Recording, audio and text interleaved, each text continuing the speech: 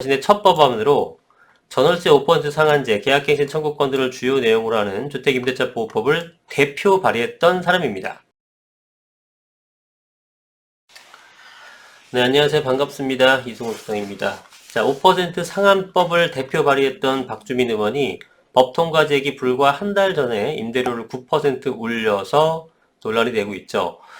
작년 7월 초에 우리가 7월 말경쯤에 그 계약갱신 청구권과 전월세 상한제 5% 인상법이 이제 통과가 됐는데 그 당월 초에 세입자를 들이면서 인상을 했다고 합니다. 그러면서 핑계를 대는 것이 중개업소에서 싸다고 해서 계약한다고 했다고 해요.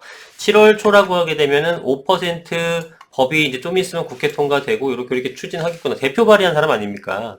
그걸 알고 있는데 싸다고 해서 그냥 계약한다고 했다. 이게 과연 해명이 되는 얘기일까요? 한번 읽어보겠습니다. 박 의원은 21대 국회에서 자신의 첫 법안, 심지어 자신의 첫 법안으로 전월세 5% 상한제, 계약갱신 청구권 등을 주요 내용으로 하는 주택임대차 보호법을 대표 발의했던 사람입니다. 이를 두고 야당은 민주당의 위선을 감추려야 감출 수가 없다며 강하게 비판했다. 이 비판에 대해서 사실 온전하게 받아들여야 될 것 같습니다. 비판을 위한 비판이 아니라 정말 이거에 대해서는 인정을 하셔야겠죠. 자, 기존에 1억에 지난해 7월 초 1억에 185만원에 서울 중구 신당동의 아파트 임대계약을 체결 했는데, 기존에는 3억 원에 100만 원이기 때문에 전월세 전환율 4% 적용하면 실제로는 9.1% 임대료를 올려받은 셈입니다. 신규 계약이기 때문에 법적으로 정해받지 않겠죠. 왜냐하면 법 통과 전에 했기 때문에, 법적으로 문제가 되는 것은 아닙니다만, 도덕적인 부분에 문제가 된다고 볼 수 있겠죠. 박 의원은 새로운 계약 이후인 같은 달 29일 열린 국제법사위원회 전체회의에서도 되게 웃깁니다. 주택임대차 보호법이 시행되기 전에 아마 법 적용을 예상하고 미리 월세를 높이려고 하는 시도가 있을 것. 지금에 봐서 보게 되면 자수한 거죠. 셀프 디스 한 겁니다. 주택임대차 보호법이 7월 29일 날 통과가 되는데 이거 시행되기 전, 이 사람은 7월 초니까 법 적용을 예상하고 미리 월세를 9.1%나 올렸죠. 높이려고 하는 시도가 있을 것이다. 본인의 경험을 가지고 정확하게 예측을 한 겁니다. 뻔뻔하죠. 박 의원은 이날 페이스북에 부동산 중개업소 사장님이 시세보다 많이 싸게 계약한다고 했고 저도 지금까지 그렇게 알고 있었다. 부동산 중개업소 사장님이 하라는 대로 다 하시는 분 같아요. 그리고 그게 문제가 아니라 뒤에 정말 재밌습니다. 주거 안정 등을 주장했음에도 불구하고 보다 꼼꼼하게 챙기지 못해 시세보다 크게 낮은 가격으로 계약을 체결하지 못한 점 죄송스럽게 생각한다 라는 해명글을 올렸습니다. 우리가 시세보다 크게 낮지 않은 가격으로 체결했다고 뭐라 하는 겁니까 지금? 응? 지금 완전 물타기 하는 거죠. 너무 눈에 보이는 수 아닙니까? 그죠? 아니, 시세대로 하건, 시세보다 비싸게 하건, 그건 서로 사인 간의 협의로 해서, 인정받는 거니까, 그걸 갖고 뭐라 하는 사람은 아무도 없어요. 시세대로 받았다고 뭐라 하게 되면은 모든 국민을 다 욕해야 되게요? 그게 문제가 아니잖아요. 지금 딴소리 하고 있는 거고, 변명을 이렇게 되시면 안 되는 거고, 지금, 본인이 얘기했었던 주거 안정화를 위해서 5% 전월세 상한제를 좀 있으면 통과시킬 걸 알면서도 불구하고 본인은 그 2배 가까운 9% 이상을 인상을 함으로써 실제 본인이 얘기한 것과 행동이, 그러니까 언행이 불일치한 모습을 갖고 지적하면서 비판을 하는 거지, 시세보다 크게 낮지 않은 가격으로 계약을 체결하지 못해서 죄송합니다라고 하게 되면서 이상한 대로 좀 말을 또 흐리고 있는 거죠. 본인이 왜 비판받는지를 모르고 있는 겁니까? 아니죠. 알면서도 이렇게 지금 또 남 탓하면서 다른 변명을 대고 있는 겁니다. 이런 모습이 정말 덕골배기 싫은 거예요. 자, 제가 이 글을 읽으면서 어떤 생각을 했냐면은, 야, 뭔 소리 하는 거야? 왜 지금 전혀 동문서답을 하고 있어? 라는 생각을 하고 기사를 보고 있는데, 그 다음에 쭉 읽어보니까 금태섭 의원도 똑같은 얘기를 합니다. 동문서답 대응을 하고 있다. 그러니까 저뿐만 아니라 김태섭 의원도 그렇고 상당히 많은 분들이 이거를 보면서 이게 뭔 소리 하니 이런 생각 했을 겁니다.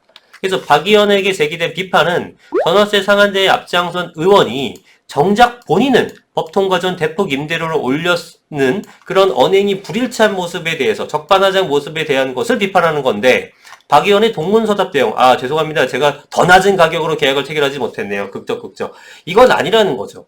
국민들을 속이고 모욕하는 짓이 맞습니다. 예. 이 정부 들어서 무슨 매뉴얼처럼 문제가 생기거나 잘못이 드러나면 동문서답으로 대응하는 걸 반복하고 있다. 참 어디서 배운 모르시는지 모르겠다. 이거 정확한 지적이라고 봅니다. 동문서답을 하거나 아니면은 남 탓을 하거나 이게 정말 특기 같아요. 임대차 3법 시행 직전 전세금을 14% 인상한 사실이 알려지면서 경질된, 이거 며칠 전에 말씀드렸잖아요. 김상조 전 대통령 정책실장을 시작으로 전세금을 올려받은 여당 의원들이 속속 나타나면서 이것도 엄청나게 많을 겁니다. 그러니까 얼마나 이게 그 이중성을 보이는 거예요. 야당의 공세도 거세지고 있다. 국민의힘 김은혜 대변인이 이런 논평에서 김의겸 전 청와대 대변인의 아내 탓, 김상조 전 실장의 집주인 인상 탓에 이어 이번엔 부동산 사장님 탓이 새롭게 등장했다. 김 전 실장은 짐을 싸고 청와대를 떠나기라도 했는데 박 의원은 어떤 방법으로 국민에게 속죄할 텐가라고 비판했죠. 어떤 식으로 사죄를 할지 이런 어이없는 해명만 하고 끝나면 안 되겠죠. 네, 뭐 어떻게 본인의 이런 심지어 너무 재밌지 않습니까? 이거에 대해서 지금 거의 사회를 그 혼란 속에 몰아넣었던 이 전월세 5% 상한제와 계획계 청구권을 만들어 놓은 대표 발의하신 분인데 본인은 정작 그거를 솔랑 회피해서 그것도 이 논의되게 되기 한 달도 채 안 남은 시점에서 통과되기 한 달도 안 남은 시점에서 그렇게 9% 인상을 하며 심지어 여기서 주택 임대차법이 시행되기 전에 아마 법 적용을 예상하고 미리 월세를 높이려는 시도가 있을 것이다 라고 하면서 본인이 이렇게 하는 모습은 정말 이거는 도저히 이해를 할래야 할 수가 없는 그런 상황이라고 보시면 되겠습니다. 그러니까 제가 얘기하고 싶은 거는 심지어 본인들도 그렇게 욕심을 내면서 욕심을 법으로 억지로 이렇게 막아놓는 것이 과연 정당한가라는 겁니다. 예? 아니, 봐보세요.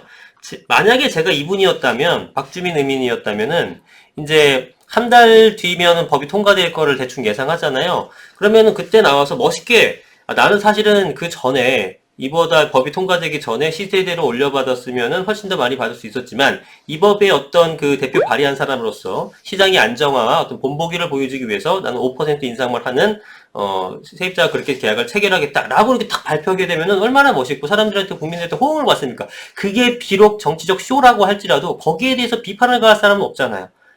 그렇게 했으면은 국민들이 보는 어떤 시각도 달라졌겠죠. 근데 그게 아니라 본인은 똘랑 한 3주 전쯤에 미리 올려놓고 그럴 사람이 있을지도 모릅니다 라고도 말도 해놓고 걸리니까 이상한 변명이 나고 부동산 사장님이 싸다고 해서 한 건데요. 더 싸게 했어야 되는데 죄송합니다. 이런 얘기나 하고 있으니 이게 얼마나 한심한 일입니까? 그러면서 계속 부동산 투기 근절한다고 본인들을 근절해야 될 것 같은데 투기 근절한다면서 세금만 올리는 이런 행태를 보이는 것은 더 이상 비판을 하지 않을 수 없는 상황에 이른 것이 아닌가 싶습니다. 자, 여러분들이 판단을 잘 해보셨으면 좋겠습니다. 현재 정부의 정책은 너무나 반시장적인 정책이 많기 때문에 부작용만 초래하고 있다. 그러면서 정작 이 법을 만든 지금 정부 관계자들, 여당 관계자들은 그 반대의 모습을 보이고 있으니 실망감이 이만저만이 아니죠. 자, 앞으로도 몇 건 이런 것들이 더 수십 건 더 나올 것 같습니다. 한번 지켜보시죠. 영상 여기까지 하겠습니다. 감사합니다.